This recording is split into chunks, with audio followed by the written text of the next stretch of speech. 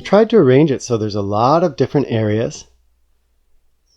And we can rearrange those areas very, very easily since it's all one open space. And that means that when we want to eat dinner, for instance, that little table comes out and we just sit on the floor around it. And if the girls want to sit and read, they can do their reading there. We can do yoga here. Starting over here, we have an area we made for the girls that's just for their drawing and their writing. They're writing a lot of letters right now. We have electricity. We are completely spoiled in here. So this is, for Rebecca and I, our office where we do podcasts and all of our YouTube editing and such. A friend just came over the other day and she brought the girls a keyboard, which they're super excited about.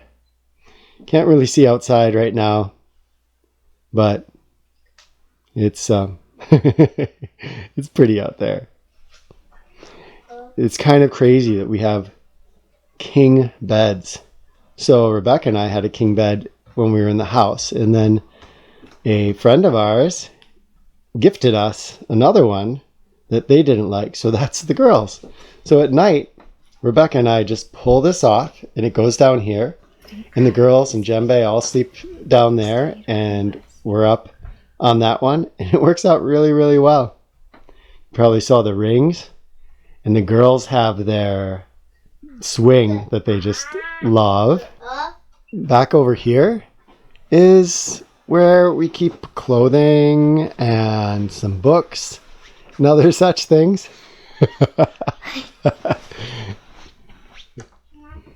Whoa. Now back over here is our bathroom. We have a little composting toilet, all our bathroom accoutrements. Then it flows right into the kitchen. So everything Hi, Mirabelle. I can see you in the mirror. And me. So cooking stuff. This is it's a really simple system. That's just gravity-fed water, and it goes down to a 5-gallon bucket. We have recycling, and there's extra water storage down there. This is where we cook, and the lighting's not going to cooperate. There we go. And we have a little toaster oven down there, and we have a convection stove top. Pretty soon we're going to make a little camp back outside, but it is still deep, deep snow, as you saw. More kitchen things. And the hearth. That's what keeps us warm, huh, Liliana? Yep, that's where we read usually. Our soapstone stove that we have brought around through many, many, many I remember the day incarnations. moving that. Oh, yeah. Oh my gosh. And that's back to the front door. One of the best parts about living in the yurt is you have this beautiful circle above you. At night, we see stars. And the moon sometimes, if you're lucky. Yeah, it can be so bright sometimes. And of course, because movement's important to us, we left as much room as we could down there on the floor for movement and yoga and handstands. And at first, I thought there was going to be like, no, not this much room. But now, there's a lot of room. A lot of room. in line for the yurt. Yeah. And again, because we can move everything, that table can go around the corner. We can open up this space, and it becomes a really nice place to sit and eat. Yeah. We don't really have chairs in here, so we usually sit on the floor, though there's these if someone wants. I usually squat on the stools. Yeah, we have these cubes, so people can sit on those if they do prefer sitting. Liliana's the only one who does that, and I usually just squat on a stool, but yeah. Sometimes I go just on the ground. Tell me what you like about yurt life. Just like it. You just like it? Do you like yurt life? I love it. You do? What do you like about it? I like how how we feel all more close together as a family, and it seems like there's more time to be together. I like that too. So if I'm in the office working and You'd be like, oh, there's Dad working. yeah, and you're swinging and Liliana's riding and This is basically our life, swinging. and Mama's cooking, Yep. then we're all in the same room. Yeah, We can stop what we're doing to be with each other if someone See needs each other. some connection wherever we time. are, basically. Yeah, it really works well. So why Yurt life?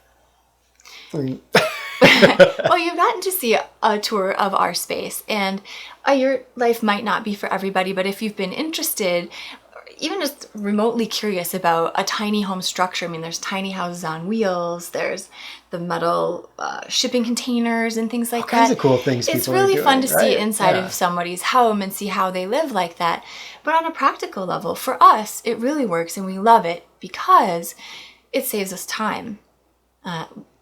Like all kinds of time that was used in upkeeping the house and just all that entails now can be directed towards our family, our mission, the students that are out here getting out on more Our hikes. experiences. And maybe we were just poor organizers or something, but for us here, there's much less. Everything has its space. And if this place is a complete disaster, it takes us maybe 20 minutes start to finish to have everything where it belongs, have everything swept, polished, cleaned, and then we can move on with our day. Yeah. Yeah, so that's been a real blessing.